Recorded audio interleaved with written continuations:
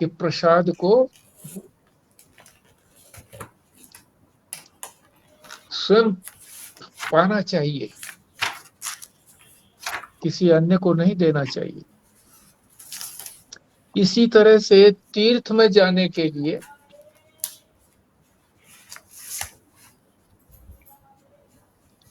वहां भी जो तीर्थ में श्रद्धा है वो अकेली उसकी श्रद्धा ही काम करती है। जो तीर्थ में जाता है,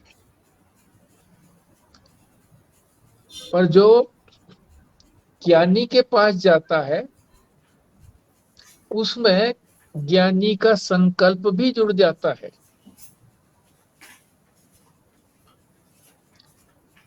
और ज्ञानी जो है उसका जो कर्तापन का है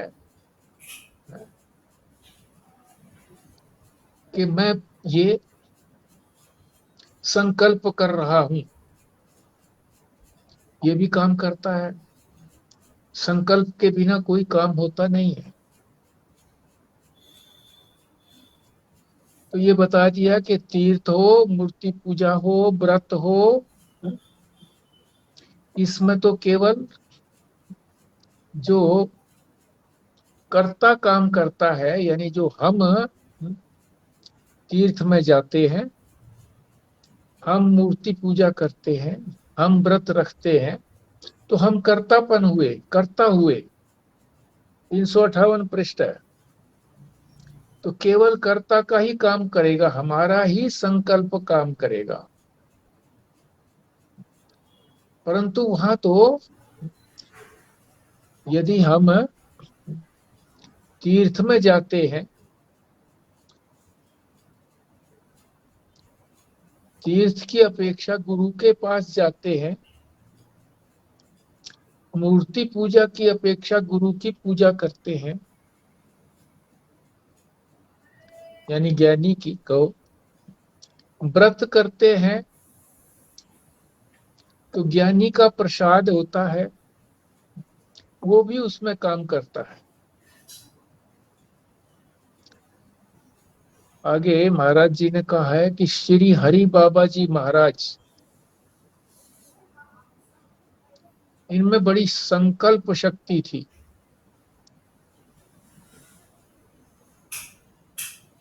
क्या था कि बाढ़ आती थी एक नदी के अंदर और आसपास के बहुत सारे गांव जो थे सब डूब जाते थे, घर गिर जाते थे लोगों के, फसलें नष्ट हो जाती थी। तो बड़े गरीब थे। हरि बाबा जी ने संकल्प किया, जब हरि बाबा को ये पता लगा, वहां विचरण करते हुए जा रहे थे, कि ऐसी ऐसी बात है, तो उन्होंने संकल्प किया कि यहाँ बांध बनाएंगे। दो चार उनके साथ लग गए, वो भी स्वयं लगे। उनको देख करके कि ये संत, हरि बाबा तो उनका ठीक है, हरि बाबा ही नाम था, कि हरि बाबा महाराज लगे हुए हैं, स्वयं लगे हुए हैं, तो आसपास के जितने गांव थे सब आकर के जुट गए और कुछ ही दिनों में बहुत बड़ा बांध बना दिया। और उस बांध का नाम रखा हरि बाबा बांध, जो आज भी वहां पर विराजमान है। अब वो सारे गांव बाढ़ से बच गए, धनवान हो गए। वहीं पर हरि बाबा ने हर समय जप की, संकीर्तन की का भी संकल्प किया। एक छोटे से स्थान में ये संकल्प किया कि यहाँ 24 घंटे, सातों दिन 12 महीने वर्षों तक यहाँ कीर्तन होता रहेगा और जप होता रहेगा। आज भी चल रहा है वहां। तो हरि बाबा जी कभी कभी कहते थे कि संसार में दो मन सर्वथा मिल जाएं तो विश्व विजयी हो जाएगा, वो विश्व विजयी हो जाएगा। दो मन किसी के मिलते नहीं है। परमात्मा ने जो भी सृष्टि की है उसका डुप्लीकेट कोई है ही नहीं। ना तो उस तरह के किसी के शरीर है, कोई ना कोई अंतर जरूर होगा। हमारे ही पत्नी के पीहर में उनके मामा के यहाँ जोड़ियां लड़कियां हुई। अब हम लोगों को तो एक जैसी लगती थी वो, बड़ी होने के बाद भी, मगर उसके माता पिता जानते थे कि क्या अंतर है, सूक्ष्म अंतर। सूक्ष्म अंतर अवश्य रहता है, शरीर में भी, इंद्रियों में भी, मन बुद्धि में भी। यहाँ हरि बाबा कह रहे हैं कि मन, तो मन में भी अंतर रहता है। सभी एक ढंग की सोच नहीं रखते, सभी लोगों का एक जैसा निश्चय नहीं है, सभी लोगों की एक जैसी इंद्रियां नहीं है। तो विश्व विजयी हो जाएगा।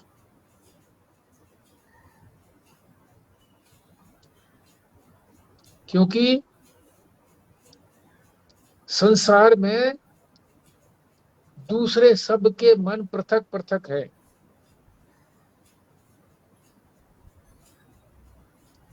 तो इस बाबा का यहाँ इस जो 3 पंक्तियों का संदर्भ हम कहाँ जोड़ेंगे? बड़े सोच विचार के बाद ये संदर्भ निकला कि श्रद्धालु की श्रद्धा और ज्ञानी का संकल्प जब दोनों मिल जाते हैं तो एक ही हो जाते हैं। तो ये संदर्भ उसके साथ जुड़ गया। श्रद्धालु की श्रद्धा और ज्ञानी का संकल्प दोनों मिल जाते हैं। इसलिए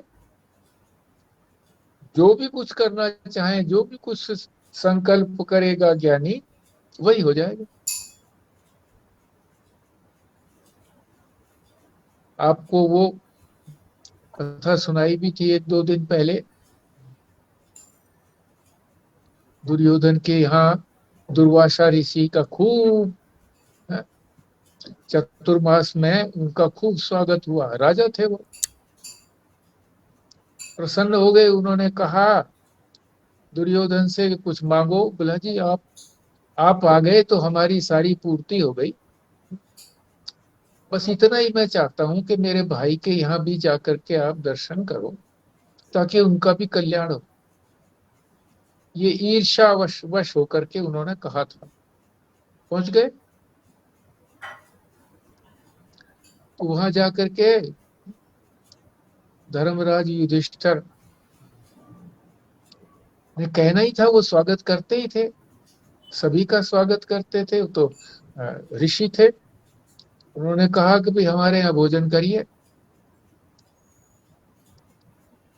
और आप जल निवृत्त होकर के स्नान आदि से पूजा पाठ करके तैयार रहिए और आ जाइए। अब जाकर के द्रौपदी को ये निर्णय सुनाया। द्रौपदी कहने लगी आपको पता है जंगल में रहते हैं, कहां से आएगा हमारे पास। अब खाना मैं खा चुकी हूं। द्रौपदी के पास अक्षय पात्र था कि जब तक वो खाना नहीं खाती थी तब तक कितने ही लोग आ जाओ, वो समाप्त नहीं होता था, क्षय नहीं होता था। अब उसने धो भी दिया था। वो पात्र। तो भगवान कृष्ण को याद दिलाया। भगवान कृष्ण तो ज्ञानी नहीं है क्या? ज्ञानी है, सबसे बड़े ज्ञानी। आए वो, समस्या बताई। द्रौपदी ऐसे ही याद करती थी, जब चीर हरण हुआ था तब उन्हीं को याद किया था, और वो उन्होंने, भगवान कृष्ण जो है ना, वो वस्त्र रूप ही बन गए थे।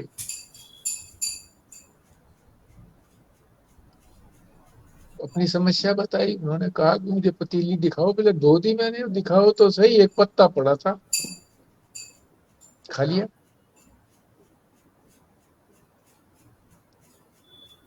बोले आप बुला लो सबको, है नहीं। तो ज्ञानी का पेट भर गया तो सारे जहान का पेट भर गया। एक के ज्ञान से सबका ज्ञान हो जाता है ज्ञानी। ये उपनिषद कहता है। तो भीम को भेजा, भीम कहने गए चलो जी भोजन तैयार है। सबको डकारें आ रही थी, पेट भरे पड़े थे। बोले अब तो हम नहीं जा सकते, कुछ नहीं खा सकते। दुर्वासा ऋषि ने पूछा कि वहां भगवान कृष्ण तो नहीं आए? बोले आए तो हैं, बस तो गए। उन्हीं की कृपा है ये। ज्ञानी जो संकल्प करता है ना, उससे सब कुछ संभव है। तो श्रद्धालु की श्रद्धा और ज्ञानी का संकल्प दोनों एक हो जाते हैं। संकल्प भी मन में होता है, श्रद्धा भी मन में होती है, तो दोनों के मन एक हो गए तो सब कुछ संभव है। अब जो है ये 10वें मंत्र से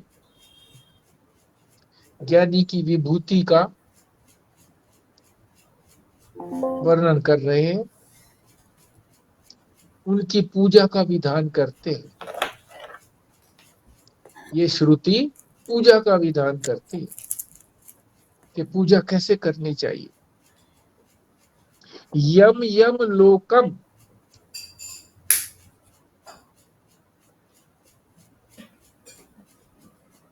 जिस जिस लोक में का को मनसा, मन जिस जिस लोक की मन संविभाति, सम्यक भावना करता है। जिस जिस लोक की मन सम्यक भावना करता है तो विशुद्ध सत्व है। दूसरी पंक्ति विशुद्ध सत्व। तो यहाँ सत्व का अर्थ अंतःकरण शुद्धि ही नहीं है, केवल अंतःकरण शुद्धि हो। अंतःकरण शुद्धि के बाद ज्ञान होने को कहते हैं। ज्ञानी की ही, ज्ञानी ही कहा गया है कि जिसका विशुद्ध सत्व है। तो ज्ञानी कामयते, जो कामना करता है, यांच भोगान, वो भोग उसको मिल जाता है। तम तम लोकम, जिस जिस लोक को जयते तांच कामान, जिस जिस लोक की वो कामना करता है तो प्राप्त हो जाता है। तस्मात, अंतिम पंक्ति, इसलिए आत्मज्ञानी, आत्मज्ञानी अर्चयेद, उसकी अर्चना से सब कुछ भोग और ऐश्वर्य जो भी चाहते हैं वो मिल जाता है। एक तो लोक की बात कही कि ज्ञानी जो है जिस लोक में जाना चाहता है, अगर उसकी भावना करता है, कामना करता है, तो वहां पहुंच जाता है। और ज्ञानी जिस जिस भोग की कामना करता है वो भी उसको प्राप्त हो जाते हैं।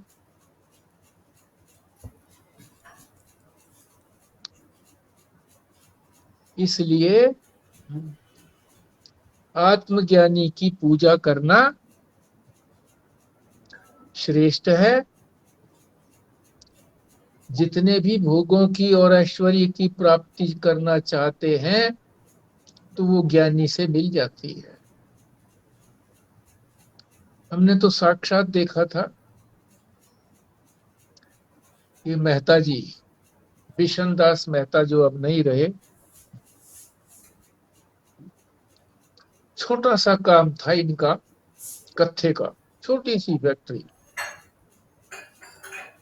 महाराज जी की सेवा में लग गए। जो भी कुछ महाराज जी कहे हाँ ठीक है। हमने साक्षात देखा वहां माउंट आबू में, खूब दर्शन किए। और बिशन दास मेहता जी मुझे बुला भी लेते थे, आओ भाई तुम्हारे से चर्चा करेंगे। अपने घर बुला लेता था, भोजन भी कराता था और फिर कहता था आया करो। और मैं अपने आप तो जाता नहीं था, जब वो बुलाते थे चला जाता था। तो माउंट आबू में देखा कि कोई संस्था दान लेने के लिए आती तो महाराज जी के पास ले जाता, बैठ जाता, महाराज जी ये आए हैं। तो फिर महाराज जी बोलते फिर क्या करें, इनको देना है कुछ, दे दो फिर, आप बता दो। मेहता जी कहते थे आप बता दो, जो आप बताओगे वो दे देंगे। तो जो कुछ बताते थे दे देते थे। उन्होंने एक सेपरेट कमरा अपने लिए बनाया हुआ था जिसमें वो रहते थे, सारा समय उन्हीं के साथ ही लगाते थे। दिल्ली जाना होता तो दिल्ली लेकर के जाते थे उनको, उत्सव वगैरह में, या किसी ऐसे समय में कि भाई जहाँ उधर भी सत्संग का प्रोग्राम दिल्ली में है तो चले जाते थे। ऑयल में भी इसी तरह से लेकर के जाते थे।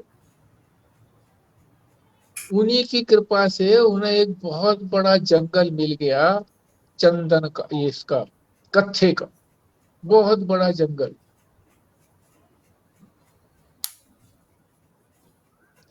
अब तो अरबों के मालिक हो गए।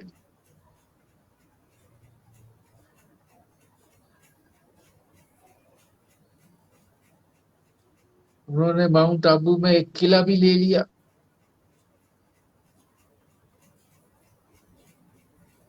एक दूसरी तरफ और किला ले लिया, उसके अंदर पाठशाला शुरू करा दी, संस्कृत विद्यालय, विद्यार्थी भी आ गए, पढ़ाई भी होने लगी। और कई जो थे, जो उनके शिष्य थे,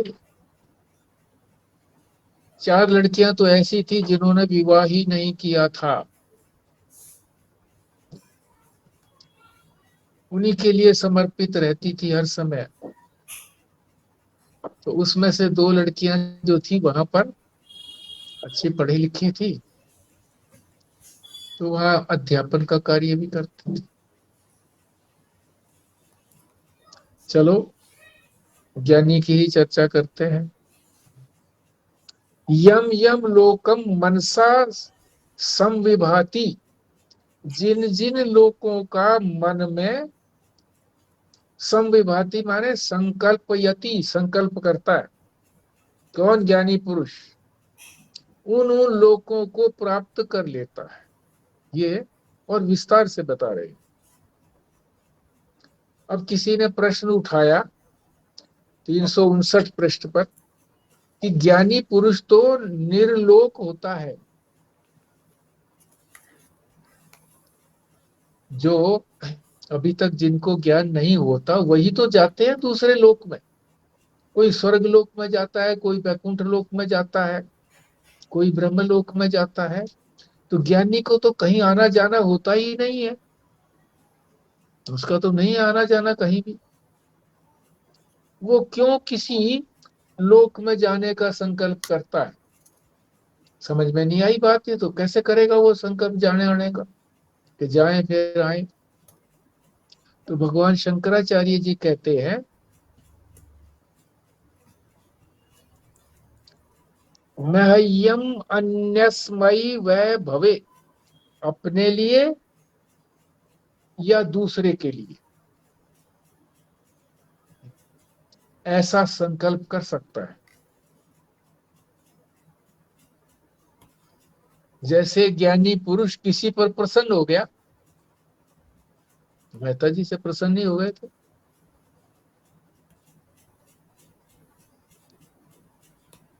तो वो जो संकल्प करता है कि इस मनुष्य को पितरलोक भेज दो, इसको स्वर्ग भेज दो, इसको वैकुंठ के दर्शन करा दो,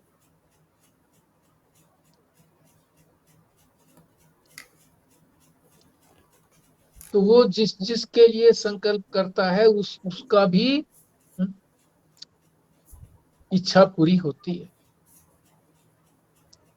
उसे यदि स्वयं के भी लोक के दर्शन करने हो, अगर स्वयं का भी उसने दर्शन करना हो, भक्त को तो दर्शन करा ही देगा उस लोक का दर्शन। ज्ञानी में इस इच्छा का संकल्प का उदय अपने सेवक भक्त की इच्छा से हुआ। भक्त चाहता है अथवा ज्ञानी उसके लिए वो दर्शन उपयुक्त समझता है, अतः संकल्प करता है उसके लिए। और फिर लेकिन भक्त के लिए ही ज्ञानी संकल्प करेगा, ये कोई उसके लिए नियम नहीं है। ज्ञानी को किसी तरह से बांध नहीं सकते। यद्यपि वो करता नहीं है अपने लिए ऐसा संकल्प, पर अपने लिए करे तो कोई उसकी बाध्यता थोड़ा ही है उसके लिए। अपने लिए चाहिए कि हमें अमुक लोक की प्राप्ति हो, दर्शन करना चाहते हैं उस लोक के, तो उस लोक में जाके दर्शन करेंगे। संसारी लोग तो समझते हैं कि वो संकल्प ही क्यों करेगा, क्यों उनको शास्त्र का, वेदांत के संस्कार नहीं है। वेदांत के संस्कार में ये है कि जो संकल्प करता है, कोई भी ज्ञानी भी संकल्प करता है, तो संकल्प जो है एक प्रकार की कल्पना है। वो उसके अंतःकरण में ही तो होता है संकल्प। सम्यक कल्पना कहते हैं संकल्प को, सम्यक कल्पना, और निश्चय भी कह देते हैं उसको। वो तो अंतःकरण में ही तो करता है, संकल्प होता है उसका। और वो जैसा अंतःकरण उसका है, ज्ञान होने से पहले जैसे उसका अंतःकरण था, उसमें परिवर्तन किस लिए करेगा? क्योंकि उस से तो अलग हो गया। अब मकान किसी ने बेच दिया, तो अब वो उसकी मरम्मत वो क्यों करेगा जिसने जिसने बेच दिया? अब उससे उसका कोई ताल्लुक ही नहीं रहा। तो अंतःकरण से अपने आप को अलग कर लिया ज्ञानी ने,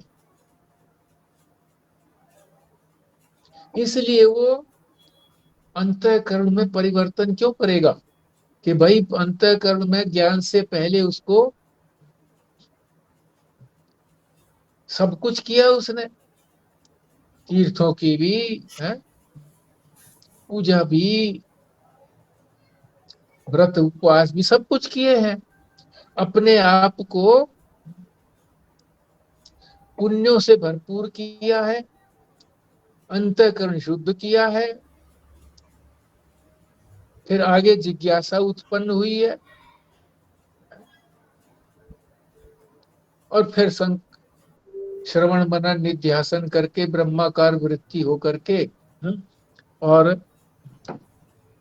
महावाक्य का उपदेश सुन करके ब्रह्म रूपी ही हो गया। अब इसी बात का समर्थन और बड़े बड़े महात्मा करते हैं। कौन है? स्वामी विद्यारण्य जी, जिन्होंने पंचदशी, पंचदशी का अर्थ है 15, 5 और 10, 15, पंचदशी लिखी है। बड़े प्रसिद्ध महात्मा थे। इनकी भी बड़ी कथा है, पर कथा कहने में फिर समय काफी लग जाएगा।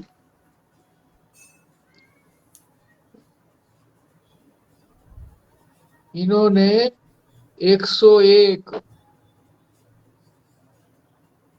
ब्रह्म ज्ञान होने से पहले 101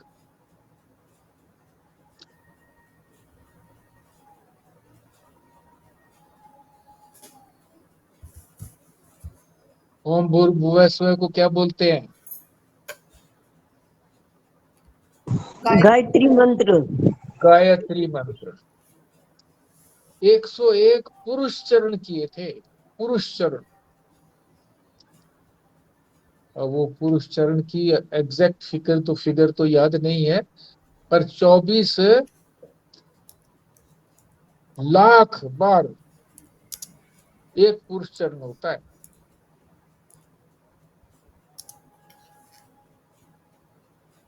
और इन्होंने 101 पुरुष चरण किए थे। किस लिए किए थे? कि संसार को सुधारूं मैं।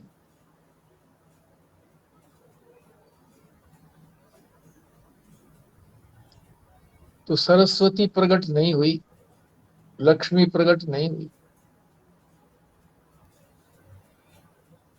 छोड़ दिया इन्होंने, कब मैं करूंगा ही नहीं। लक्ष्मी जी प्रकट हुई कि क्या बात है, बोले 101 किया मैंने पुरुष चरण, और तो आपने जो है ना, मेरी जो इच्छा थी कि मैं सारे संसार का सुधार करूं, वो पूरी नहीं हुई। बोला देखो, ये तुम्हारे कितने पापों का पहाड़ था, बस एक पुरुष चरण और करना था तो मैं प्रकट हो जाती। बोले अब मुझे जरूरत ही नहीं है, अब मैंने संन्यास ले लिया। उसके बाद उन्होंने संन्यास ले लिया कि अब मुझे संसार के लिए नहीं, अपने लिए करना है, परमात्मा के लिए, अपने स्वरूप के लिए करना है। संन्यास ले लिया और बहुत बड़े सन्यासी हुए। दक्षिण में इन्होंने वहां जाकर के, दक्षिण के शंकराचार्य हैं, उनके साथ भी ये रहे, शिक्षा प्राप्त की।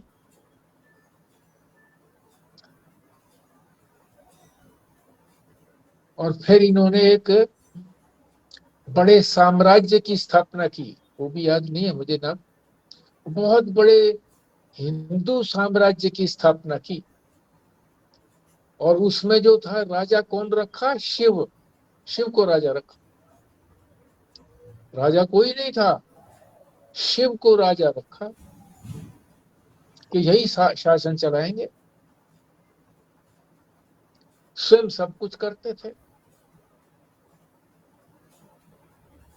एक बार ऐसे हुआ कि दिल्ली का मोहम्मडन मुगल होंगे,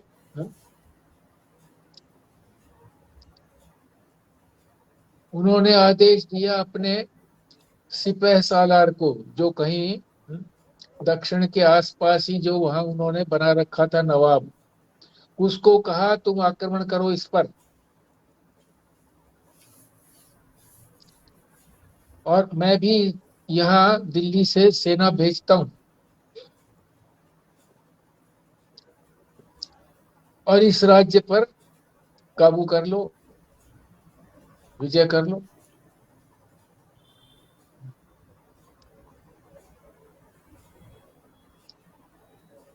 तो जो यहाँ के सैनिक थे,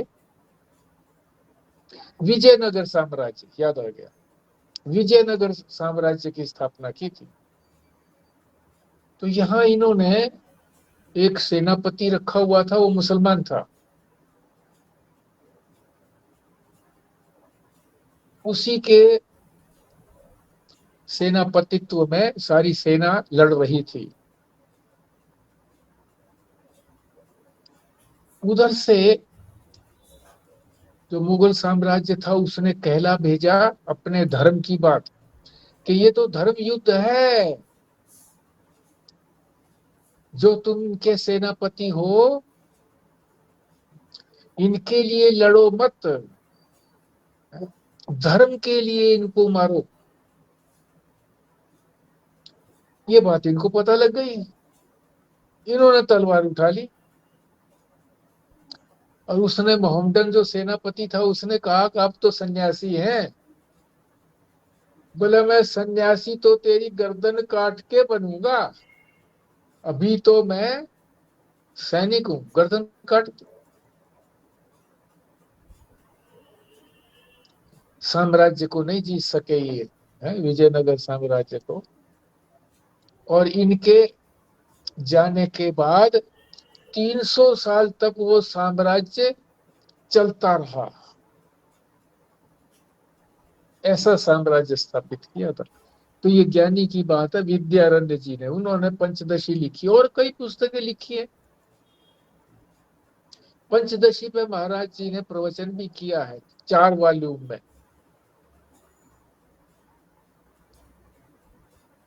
तो उन्होंने पंचदशी में क्या कहा, अप्रवेश्य चिदात्मने, आत्मा को अलग करके पृथक, पश्यन अहंकृतम,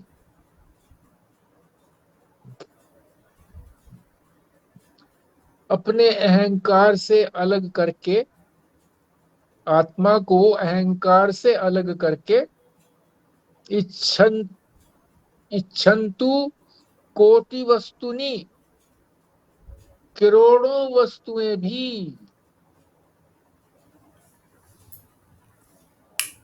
की भी इच्छा करता है कोई,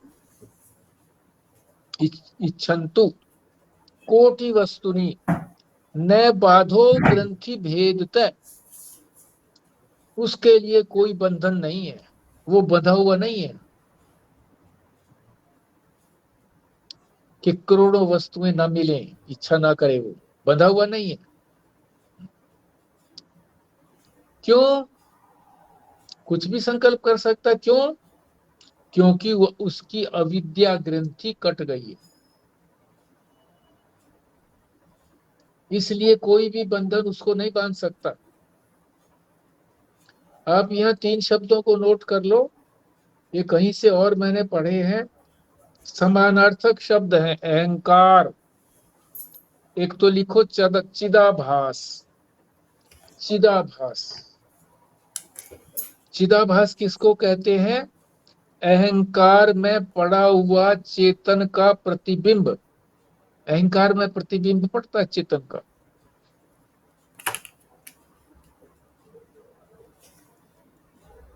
इसका समानार्थक क्या है? अहंकार। चिदाभास कहो या अहंकार कहो एक ही बात है, या जीव कहो एक ही बात है। ये तीनों शब्द जो है समानार्थक हैं।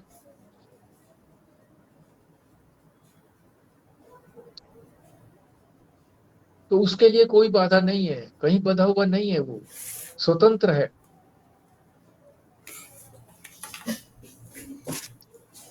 शंका उठाई किसी ने कि जैसे मच्छर, कुत्ते या बिल्ली के मन में इच्छाएं होती हैं, वैसे ही ज्ञानी के भी मन में हो, तो दोनों में क्या अंतर रह गया है? मच्छर में और ज्ञानी में क्या अंतर रहा? कुत्ते में और ज्ञानी में क्या अंतर रहा? दिल्ली में बिल्ली और उसमें क्या अंतर रहा? ओहो, मुझे याद आ गई, सुखताल के स्वामी रामधारी जी, बड़ी श्रद्धा थी मेरे, बड़े सरल महात्मा। कई कथाएं हैं उनकी मेरे साथ है। तो वहां मुजफ्फरनगर से आगे है वो सुखताल, जहां पर उस मंदिर के अंदर है वो पेड़ है जिसके नीचे भागवत की कथा की थी सुखदेव ने। और किसने सुनी थी? बोलिए।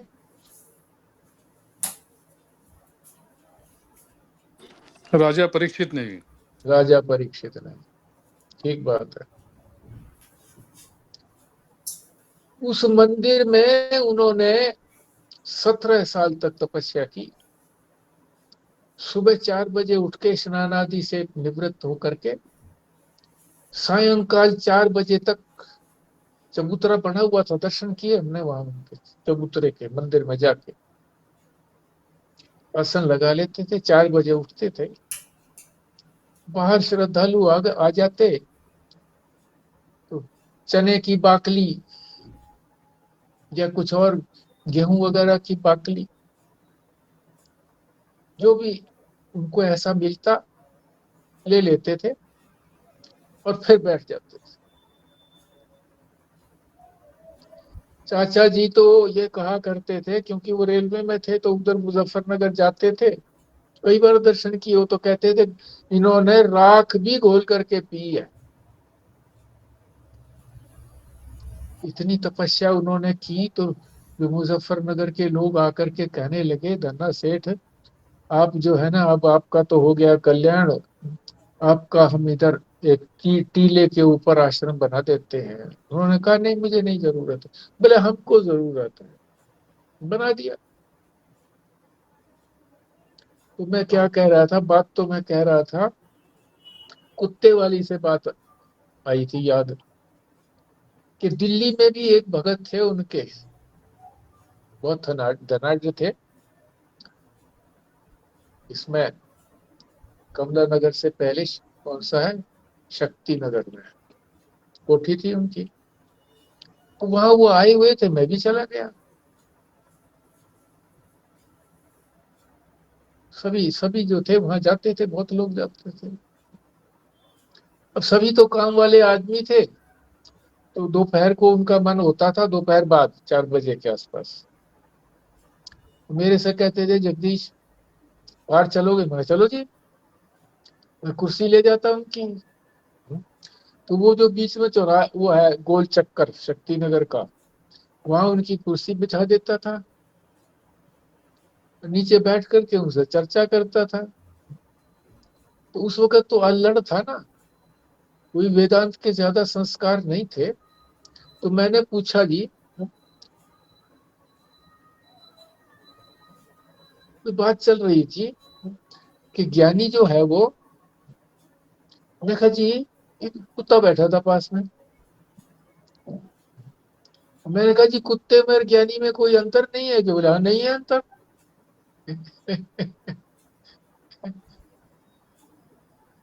मुझे बाद में बड़ा इसके लिए पश्चाताप रहा कि मैंने ऐसे बोला, पर उन्होंने महसूस क्या नहीं किया और ज्यादा प्यार हो गया। बड़ी कथाएं हैं, उनकी कथाएं सुनाएंगे तो फिर ये रह ही जाएगा। तो दोनों में क्या अंतर रहा फिर, है जी? समान हो गए अगर उसकी भी इच्छाएं होंगी तो, ज्ञानी की।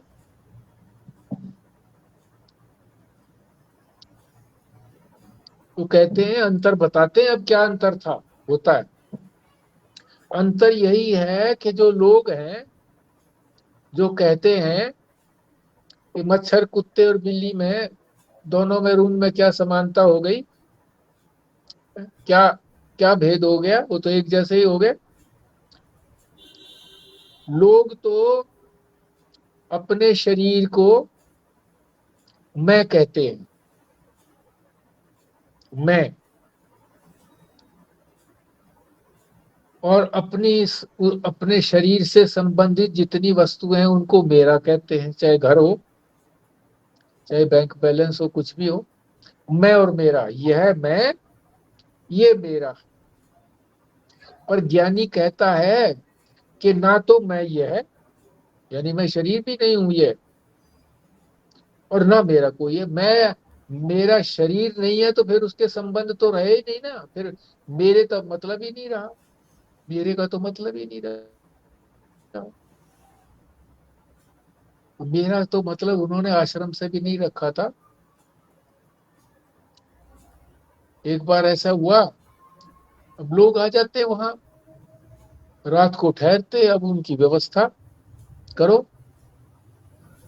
स्वामी जी ने सोचा कि मैं तो व्यवस्था में ही लगा रहूंगा यहाँ पर, बिना बताए किसी से निकल गए अज्ञात। जब ये सूचना मिली, मुझे भी सूचना मिली, तो मुझे कई रात नींद नहीं आई। मैं कहाँ सोएंगे, कहाँ भोजन करेंगे, कैसे रहेंगे, समझ में नहीं आ रही थी बात कि महात्मा को कोई कमी है क्या। तो काफी दिनों के बाद लोगों ने ढूंढ लिया, पकड़ के लेके आए, बोले जी हम ट्रस्ट बना देते हैं, आपको कुछ नहीं करना पड़ेगा, ट्रस्ट के ही आदमी यहाँ कोई रहेगा, वो सब कुछ करेगा। ऐसा ही हो गया। चलो आगे चलते हैं। शंकराचार्य जी ने भी कहा है अपनी माता के लिए, माता से उन्होंने वायदा किया था कि अंत समय में जरूर आऊंगा। आए फिर वो, सर्वज्ञ थे ना, पता लग गया अब अंत समय आया। अपनी गोद में उनकी माता ने प्राण त्यागे। और भी कथाएं हैं बहुत, छोड़ो कथाओं को।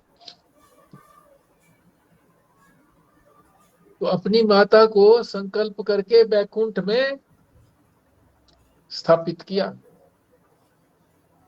इसी तरह से सनत कुमार, 4 भाई थे, जनलोक में रहते थे। जनलोक का मतलब यही, जहां जनता रहती है, मृत्यु लोक, यही थे वो। एक दिन उनकी इच्छा हुई, चलो बैकुंठ जाकर श्री नारायण के दर्शन करते। तो क्या इससे उनका ज्ञान नष्ट हो गया? वो तो यूं के यूं ज्ञानी बने रहे, नष्ट नहीं होता। जाने आना तो शरीर का है, ज्ञानी जाता आता थोड़ा ही है। ज्ञान नहीं आता जाता, ज्ञान तो सर्वत्र व्यापक है। ज्ञान ये नहीं है कि ज्ञान आश्रम में ज्ञान है, पुस्तक में ज्ञान है, दूसरी जगह पे ज्ञान नहीं है। हर गंदी से गंदी वस्तु में भी ज्ञान है। ज्ञान के बिना तो कोई चीज हो ही नहीं सकती। बिना जाने किसी की सत्ता है क्या? नहीं।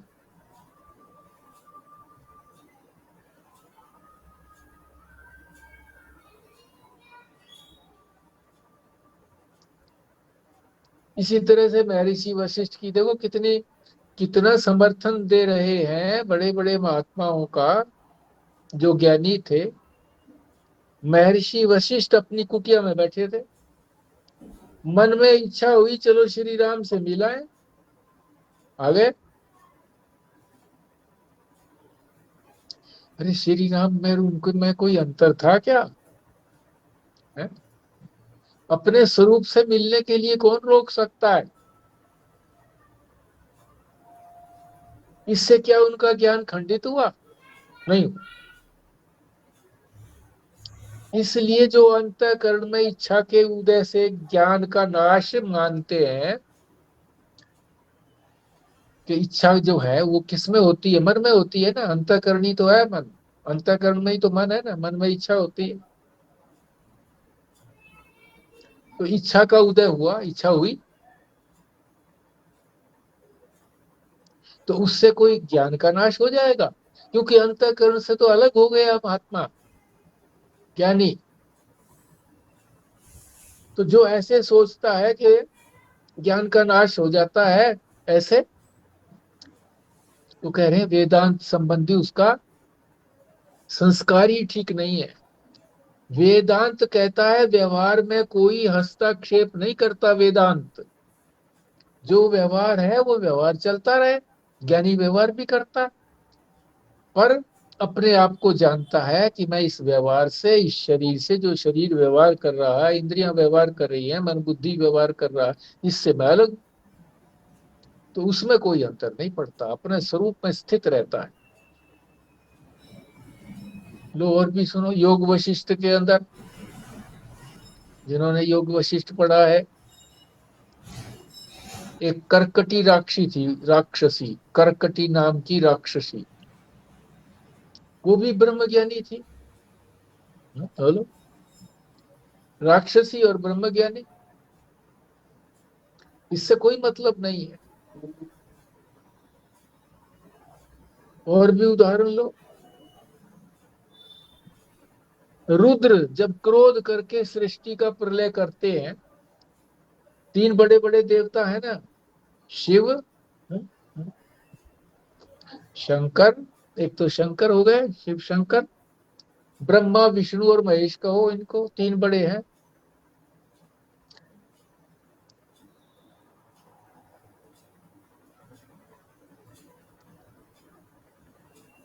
तो सृष्टि का वो, सृष्टि को बनाते कौन है? ब्रह्मा जी।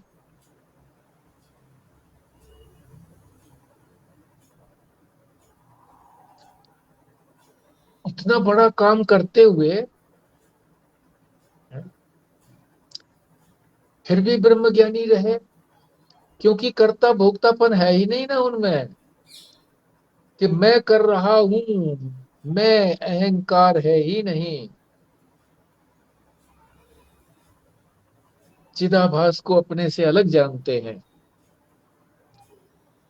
अब वो जीव नहीं है, अब वो ब्रह्म है। फिर विष्णु पालन करते हैं, शेष शैया पर लेटे हुए लक्ष्मी जी चरण से चरण दबवाते हैं। तो वो क्या ज्ञानी नहीं रहे?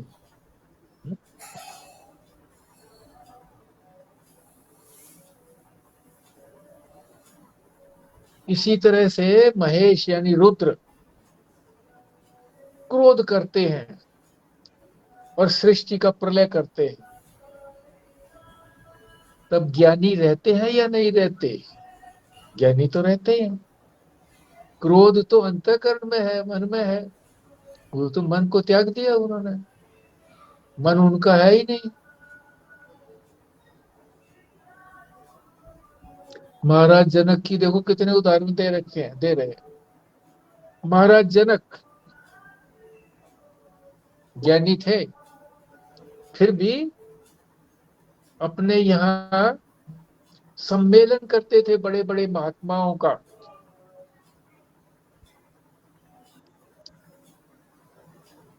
और उनको फिर 1 सहस्त्र गायें भी देते थे, जिनके सींग सोने से मढ़े होते थे, खुर जो थे वो चांदी के मढ़े होते थे, पूंछ भी चांदी की उनको कोई पहनाई हुई होती थी।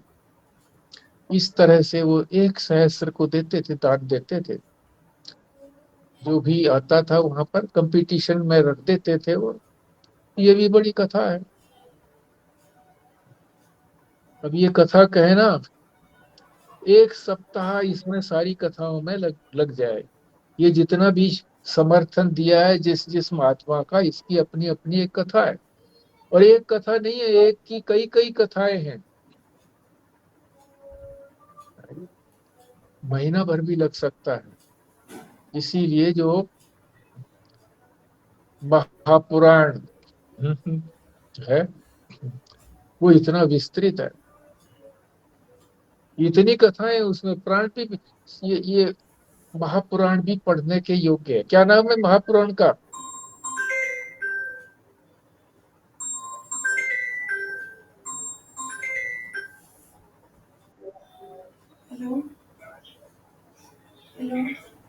अरे जो सभी महात्मा करते हैं, ज्यादातर उन्हीं को करते हैं, पंडित लोग करते हैं।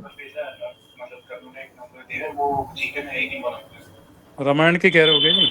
नहीं, भागवत भागवत महापुराण है ये। भागवत को महापुराण कहा जाता है, सारे पुराणों से ये बड़ा है। पहले कई बार विजय श्रवण को जी आपने जिस नंबर पे भेजा है वो नंबर भेजना ना मुझे, ये वाला नंबर बोल रहा है जीपे में एग्जिस्ट ही नहीं करता।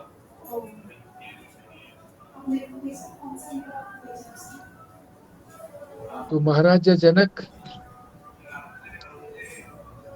रामचंद्र जी ज्ञानी थे, सभी कार्य किया उन्होंने। आम आदमी की तरह से रोए बिलखे भी हैं, औरों से मदद भी ली है, बंदरों से है? ये तो माइक रूप था ना उनका, स्वरूप से तो वो भी ब्रह्म ही थे। ब्रह्म ही अवतारित हुए हैं, अवतार लिया है ब्रह्म ने ही, माया रूप से भगवान श्री कृष्ण का और राम का अवतार लिया है। क्या उनको घड़ी का ज्ञान नहीं होता? ज्ञानी को होता है ज्ञान, क्यों नहीं होता? ज्ञान किसको होता है? सारे सारे संसार का जो ज्ञान होता है वो किसको होता है? चिदाभास को।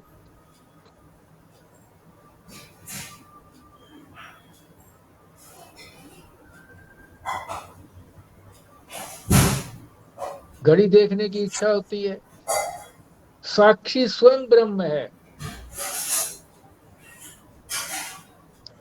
एक बार मैंने ऋषिकेश में 2 नंबर कुटिया में महात्मा रहते थे, उनका क्या नाम था, वहां भी प्रवचन सुने और बहुत बाद में दिल्ली में भी सुने। दंडी स्वामी, आगे बोलो, याद दिलाओ।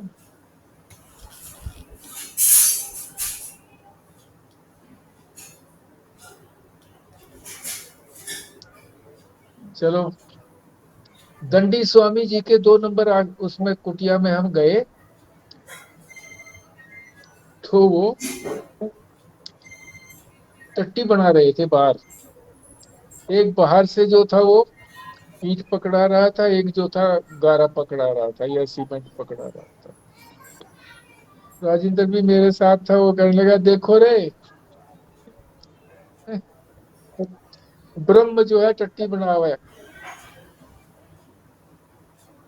फिर उन्होंने एक उदाहरण भी दिया कि गांव में जब मिलिट्री के आदमी महीने भर की छुट्टी पे आते हैं गांव में, तो माता बिचारी अकेली होती है कईयों की, उनकी शादी हुई नहीं होती है सैनिक की, गाय भैंस उसने रखी होती है, तो फिर वो खुद सब कुछ करता है। एक बार ऐसे हुआ कि वो गोबर लेकर के बाहर जाते थे, गोबर लेकर के बाहर उन्होंने अपने बंटवारे बना रखे थे, वहां वो गोबर पाथने लगे उपले। तो आती जाती औरतें कहे अरे देख, मिलिट्री गोबर पाथ है। मिलिट्री गोबर पाथ है। अजीब लगा ना सबको। और क्या कुछ नहीं करता भैया, ये तो शरीर करता है, मन बुद्धि करता है। जो महात्मा जो है इससे अलग हो गए हैं ज्ञानी, उन पर कोई पाबंदी नहीं है। यहीं तक हम विश्राम लेते हैं। ये विशुद्ध सत्व की बात से हम आगे बढ़ेंगे कल इसको संपूर्ण कर देंगे। 1 मिनट में मेरी बात रह गई जी, ज्ञानी के ऊपर जो बात थी। हाँ जी। एक तो बात ये याद रहती है हाँ कि गुरुजी के पास जब भी कोई आता था, जैसे कोई कहे जी हाँ मेरा हाँ ये काम रही है, मेरा ये काम होना है, ये काम होना है, हाँ तो गुरुजी ये कहते थे कि भी आप भी प्रार्थना करो परमात्मा से, हम भी प्रार्थना करेंगे, हाँ वो पूरा करेगा। तो कभी इस तरह की भी चमत्कार की तरह ना समझे कि हम ये काम कर दूंगा, मैं ये काम कर दूंगा, ऐसे कभी नहीं कहा उन्होंने। दूसरा, स्वामी अखंडानंद जी की बात याद आती है, उनके संस्मरण में भी लिखा है, कोई भक्त जो है उनके पास, उनके गए उनके पास, तो कहा जी मेरे लड़के ने इंजीनियरिंग कर लिया है और आपके पास तो बिरला वगैरह आपके भक्त हैं, उनसे कहो इनकी नौकरी लगवा दो। हम्म। उन्होंने कहा अरे भाई बिरला ही हमसे मांगते रहते हैं, कससे कुछ कुछ हम उनसे थोड़ी मांगेंगे। तो बात दूसरी ये भी आती है कि ज्ञानी का संकल्प तो होता नहीं है कुछ भी, बट क्योंकि व्यवहार में है, शरीर में है, उनका संकल्प नहीं होता है। बट फिर भी जो उनके प्रेमी हैं, भक्त हैं, उनके लिए ना भी करते हों, बट जन कल्याण के लिए, तो उनका जो आशीर्वाद है वो फलीभूत होता है। और ये वो नहीं बात भी आपने करते इसमें, संकल्प। ये बात भी वो ठीक रही कि ये मूर्ति की बजाय जो है, जैसे मूर्ति में, मगर मूर्ति के हम दर्शन करने तो जाते हैं, मगर किस भाव से जाते हैं, उसमें चेतना समझे कि भी वाकई में महादेव हैं, तो बात ठीक है भाई, महादेव को साक्षात मान करके आप पूज रहे हो। बट क्योंकि भाव तो उस तरह का रहता नहीं है, भाव तो रहता है कि हाँ मूर्ति के दर्शन कर लिए, चलो हाँ हम्म, फॉर्मेलिटी करके आ गए, मतलब साधारण दर्शन करके आ गए, और ऐसा रहा करके। और अगर वही भाव रहे कि भाई पूर्णतः चेतन ब्रह्म को, महादेव को प्रणाम कर रहे हैं, उनके सामने अपनी बात कह रहे हैं, तो वो भी पूरी करेंगे। और ज्ञानी तो वाकई में ब्रह्म है ही, वो तो जो है, उसकी बात तो क्या महादेव भी नहीं टाल सकते, अगर वो सोच संकल्प कर लेंगे तो पूरा होना ही होना है। बिल्कुल ठीक बात है जी। मतलब ये भी याद रखें, जो संकल्प उठता है या इच्छा उठती है, वो अंतःकरण में ही उठती है, मन में। और उन्होंने अपने अंतःकरण से अलग हो गए हैं, शरीर से अलग हो गए हैं, इंद्रियों से अलग हो गए हैं। तो इसलिए उनके अंतःकरण ही इनकी प्रेरणा से संकल्प करता है और वो पूरा होता है। बिड़ला जी ने बहुत वर्षों तक बिड़ला मंदिर में, दिल्ली के बिड़ला मंदिर में, उन्हीं के उसमें उसमें अलग से ऊपर जाकर के वो स्थान बना हुआ था। अनेक वर्षों तक वहां पर कथा करते रहे अखंडानंद जी। इनकी भी बहुत स्मृतियां हैं। ठीक है। हाँ जी। अब संजीव शर्मा जी करिए पूर्णाहुति। जी। ओम पूर्णमद पूर्णमिदम पूर्णात् पूर्णमुदच्यते पूर्णस्य पूर्णमादाय पूर्णमेवावशिष्यते। ओम शांति शांति शांति। नारायण नारायण नारायण। नारायण नारायण नारायण। नारायण।